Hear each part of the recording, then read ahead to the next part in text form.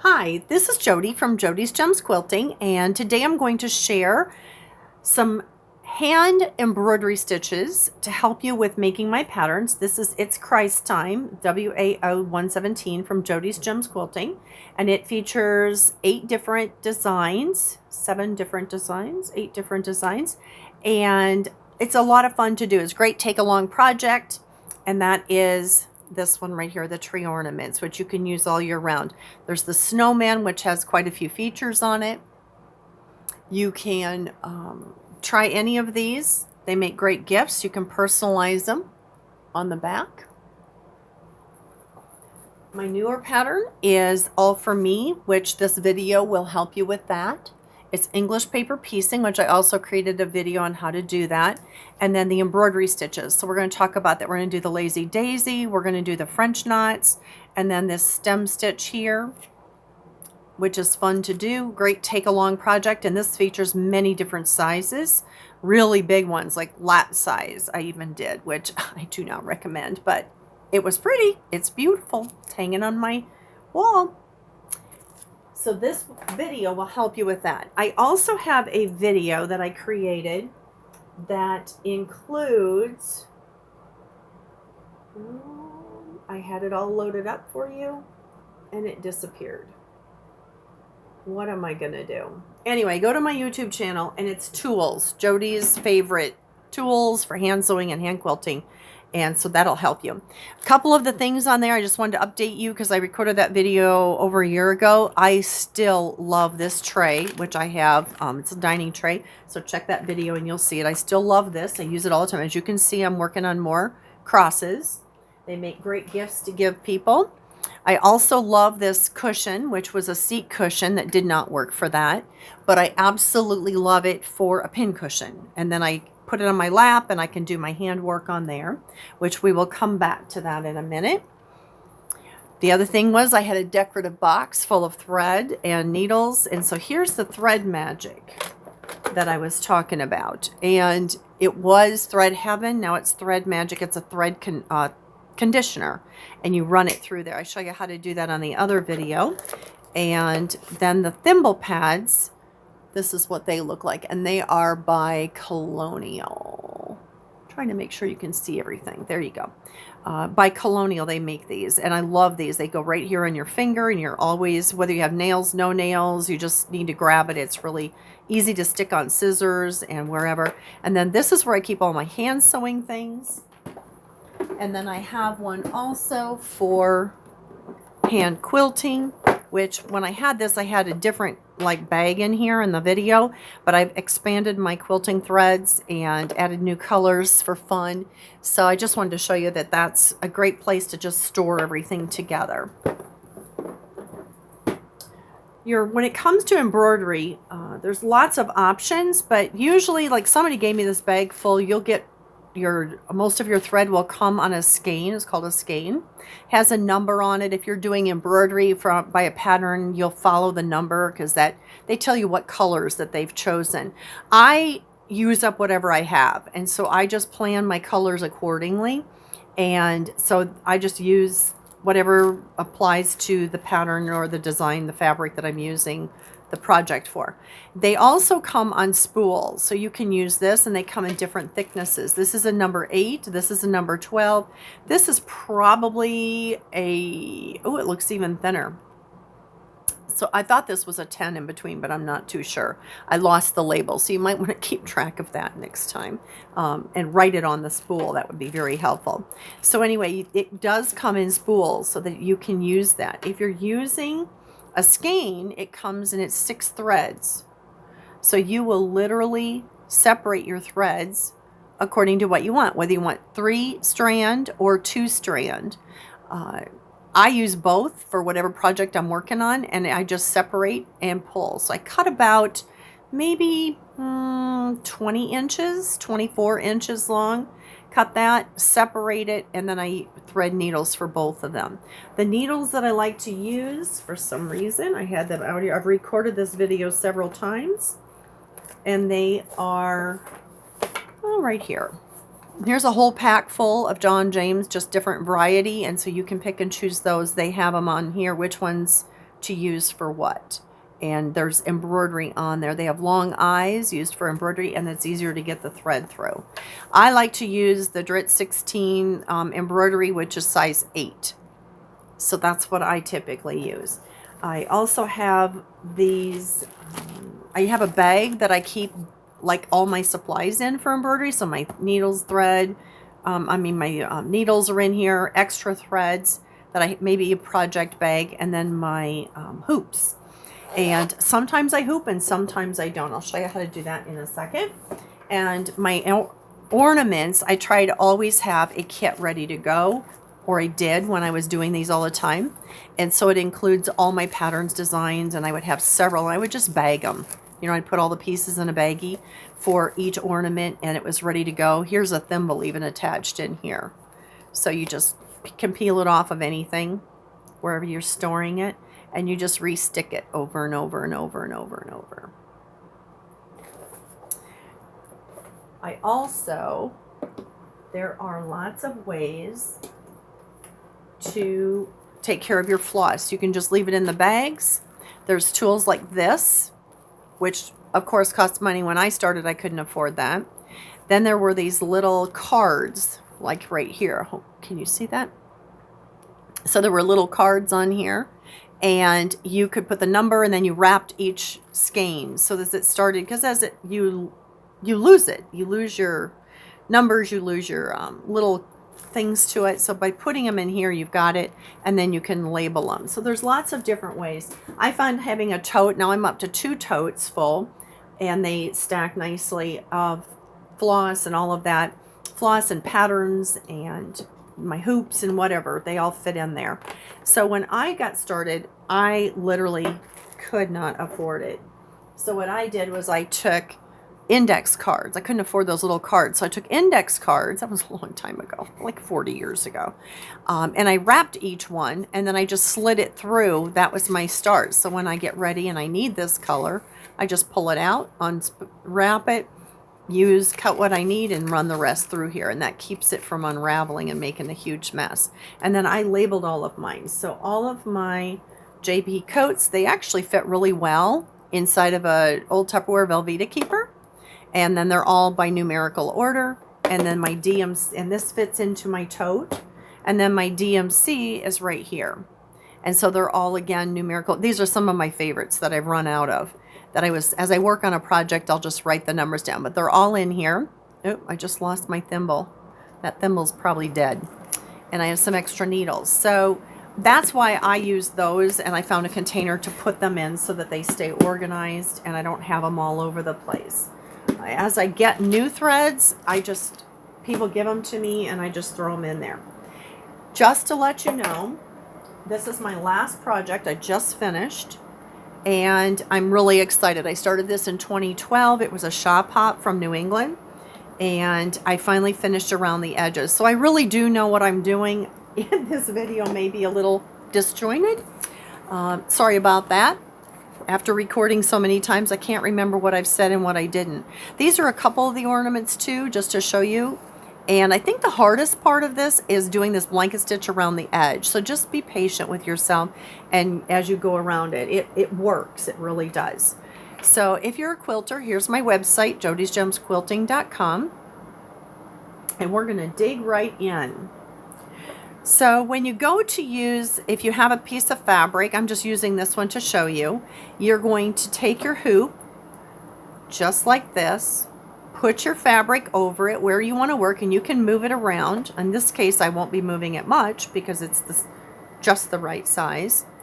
And I'm going to start with the blanket stitch on here, and I'll do the other stitches on the other one, the other piece.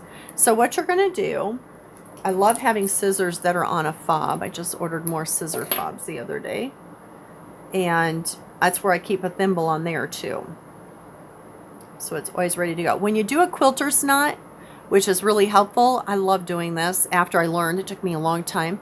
You're going to wrap it 3 times, and then I transfer it. You wouldn't have to, but it just is easier for me. So I transfer it over to the other hand and push it through. You have to keep your circle going. So you'll see the circle of thread. Keep the circle going. and then your knot is wherever you want it. So keep practicing that. I have it on my other video too. So for doing the blanket stitch, and trust me, I have to practice this every once in a while and go, now how do I do that again? So you pick a place, I would probably pick a place right here, like in between. And you bring it up from the back side and you hold it out of the way. And then what you're doing is you're imagining a square, like half of a square. So you're going to go down, if you were imagining a little square, and you're going to come up right along the edge. And you're going to tighten it up carefully. You see that? And you're looking for a right angle. Do I get them all perfect? Oh no. This is like a folk artsy thing. But you just literally go over, and I'm trying to space them evenly. If you can get them evenly spaced from the edge to here, and from here to here. So just imagine a square. I'm making a square, but I'm not going to close it up on that one side.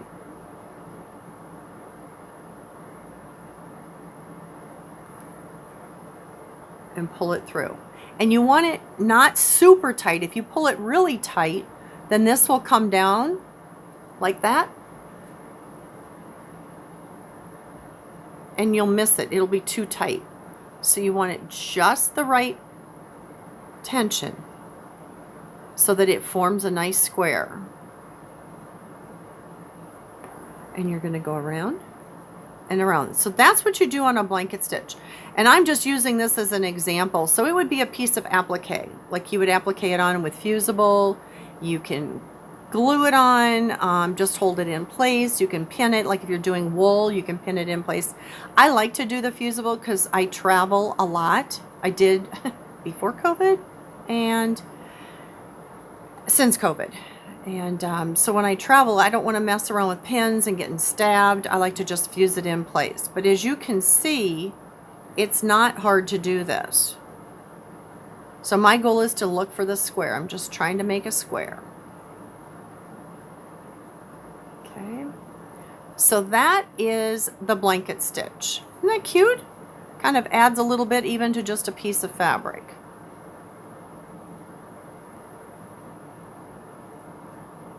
And actually, this is pretty good practice. So if you go find a piece of fabric somewhere, cut a square, and just start stitching around it and practicing. That works really good. I like that. Do you like that? The next thing we're going to do is I've got this started. I'm almost done, and I'm like anxious to finish this. It's been a project that's been on my to-do list since 2008. So I'm going to do the French knots, which I would start, I do the tracing and drawing. And in this case, I chose my colors according to the border fabric. So the pink and the green, the gold, and then I added a little purple in there. There's a little bit of purple up in here. So what you're going to do is this is almost like quilt as you go. So you're going to, and most of it was done by machine, the machine blanket stitch, but I'm going to go back and do the vines. So I created it. You can go in front of your stems, trees, whatever, or you like the cross, or you can go back behind it. And so what you're going to do when you do a French knot is you bring your needle up from the back. So you make your knot again. You bring your needle up from the back. Then you wrap it 3 times. 1, 2, 3. You go down right next to where you were. Okay? You just hold it there. Tighten up your knot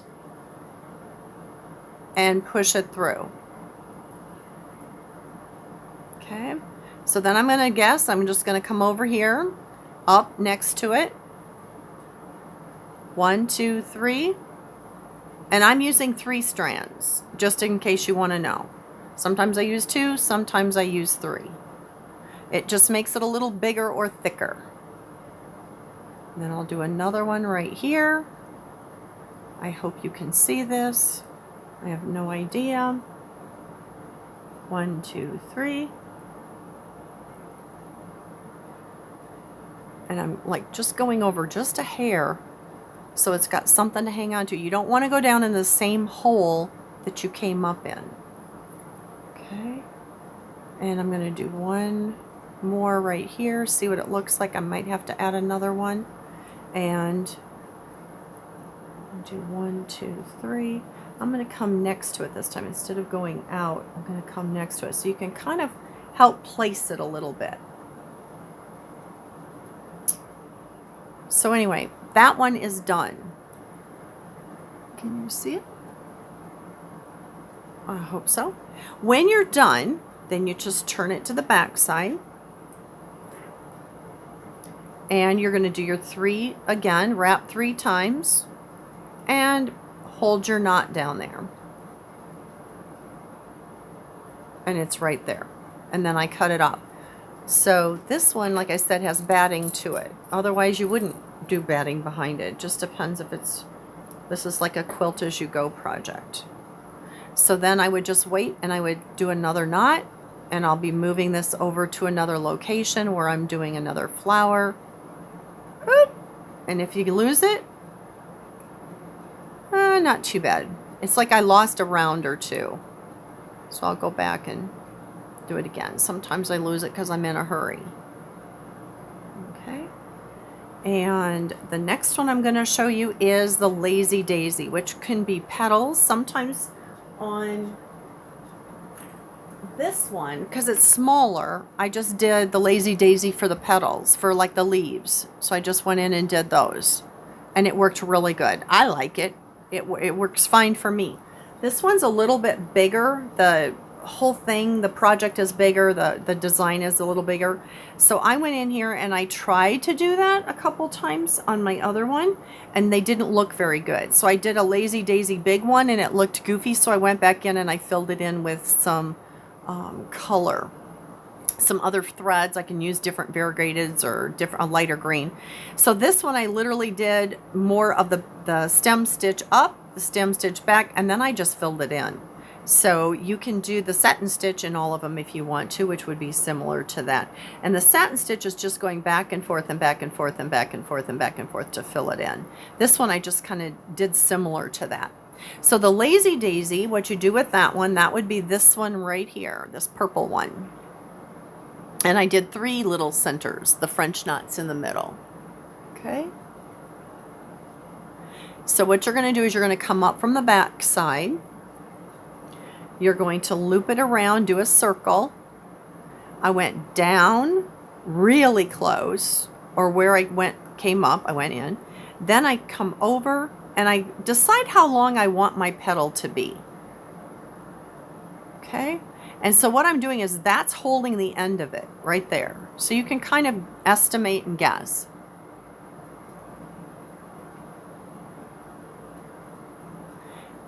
Then you pull it and bring it up carefully. If you get a knot in it, don't panic. And don't make it super tight. If you tighten this up really tight, you'll lose your petal, the flower petal. And then you came up on one side of that circle, that loop. Now you're going to go down on the other side of it, right next to it. Okay, so I'm going to go down, and that's going to hold that petal in position. So I'm going to come up right here.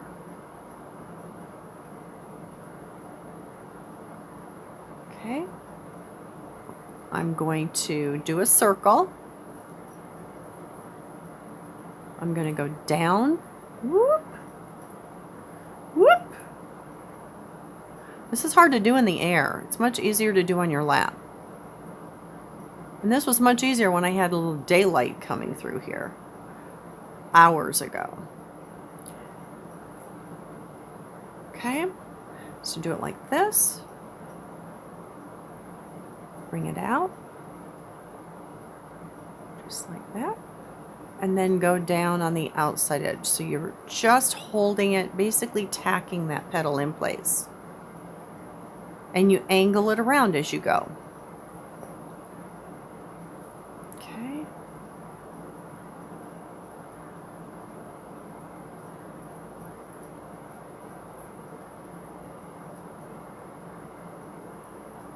And if you don't like something, just undo your needle.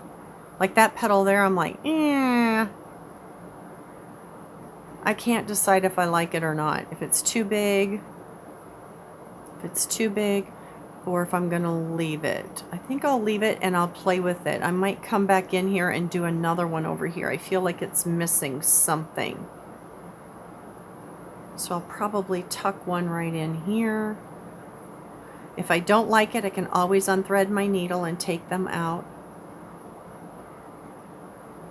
And I have to remember that not all flowers are perfect. What do you think? Is that passable? It looks better by filling it in. I was just trying to go bigger, you know, not so close together. I think because I started close together, it's going to have to stay close together. Now, the fun part about doing this is that you can experiment with it. If you're like, oh my gosh, I don't have the patience for all those petals, next time, just don't make that flower. Go back to the little ones. I just thought it would be fun. I've never done a lazy daisy flower before. I love daisies, but I just haven't done them. My very favorite, in case you want to send me flowers, is carnations, by the way. They are the longest lasting flower I have found. So anyway, I'll just continue around and finish that out. I think that works pretty darn good. Now the last one I'm going to show you today is the stem stitch. And I'm hoping, yep, I got a green right here. Oh, not much of a green. Thought I had a green ready for you. Now, I also learned that, did you know that embroidery floss all has a nap? Has a nap like a cat. So one direction, it's smoother than the other direction.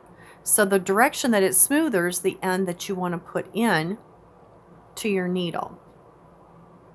Okay, and you can do a lot of needle threaders for regular thread. Oh, wrong needle.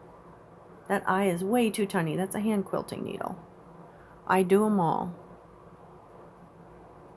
Let me see if I can get this through here. What are my chances? I got 2 of them through there. I might just go with 2 and call it a day, just so I can show you how to do it. There we go.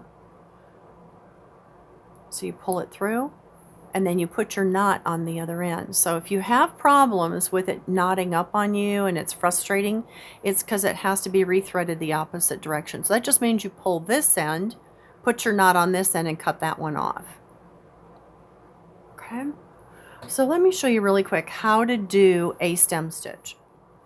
There's 2 different ways it can go. So you start your stitching. Oh, this is going to be hard. Sorry about that.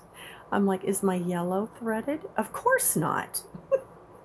Okay, I'm just going to go with it, and hopefully you'll forgive me. It's going to be hard to see. You know what? Let me come over here. It'll be easier on the yellow. How's that? So when you do a stem stitch, what you're going to do is you're going to go out like a 1/4 inch or so and come back. So you're just coming halfway back. Pull it through, lift it up, and now you're going to go forward just a little bit, like 1/8 of an inch or so, and come back up where the other stitch ended, where its end is. Okay, so you're going to keep doing this, and you can curve it, you can do whatever, but that's how you do a stem stitch. And what it's doing is it's causing a ridge to go on the top. Let's say that you're doing some curves and then you want to switch to the other side. So then you would hold your circle down on the bottom, and you'll see what I'm talking about. It flips. See how so you can do it on the bottom or you can do it on the top.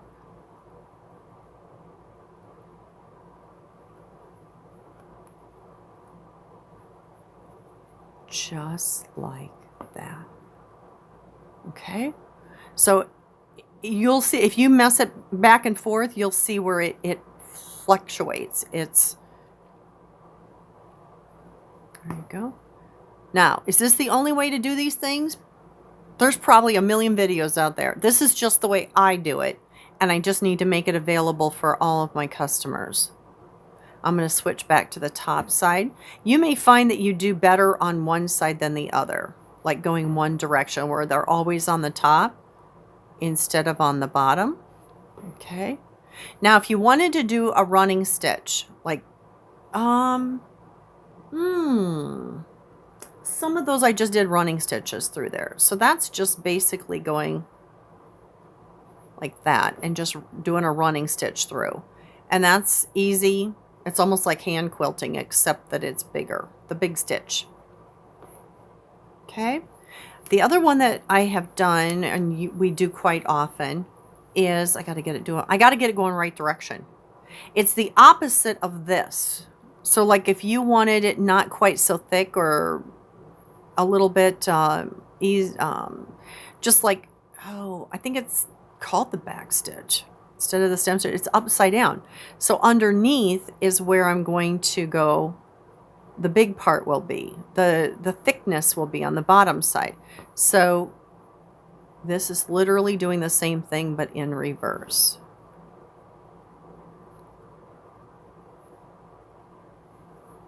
So underneath is where my big piece of thread, my big stitches, and then on top are just what's called a back stitch. What I think is called a back stitch. I just know how to do them. I don't worry about what they're called. I'm just hoping I named them right. And again, you can take this. But do you see the difference? This is smaller and this is just thicker. So more of a stem, a vine, a branch. And then this would be more, these I did more of the back stitching. Okay. I did more of that on these right here. So, whoops, sorry. I've got the blanket stitch on here. I did the back stitch right here because I didn't need them really big. I did the satin in there kind of and just did some stitches. These are just coming back and forth around there. You'll see again the lazy daisy and the French knots. These are just stitched out.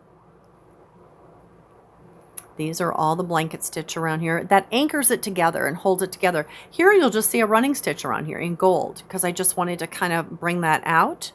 And then the lazy daisies again for in here. And this right here is a stem stitch on top for the ribbons. I think these are the stem stitch on top and then the crosses to give like little ornaments. So there's lots of ideas and different things you can do. But I hope that this will help you with how to do it because it was really hard to write all the directions into the pattern for the All For Me. So that will give you some ideas of what you can do. And I hope that these, that you like this. And I hope that you enjoy doing embroidery, hand embroidery, and taking it with you. Have a blessed day.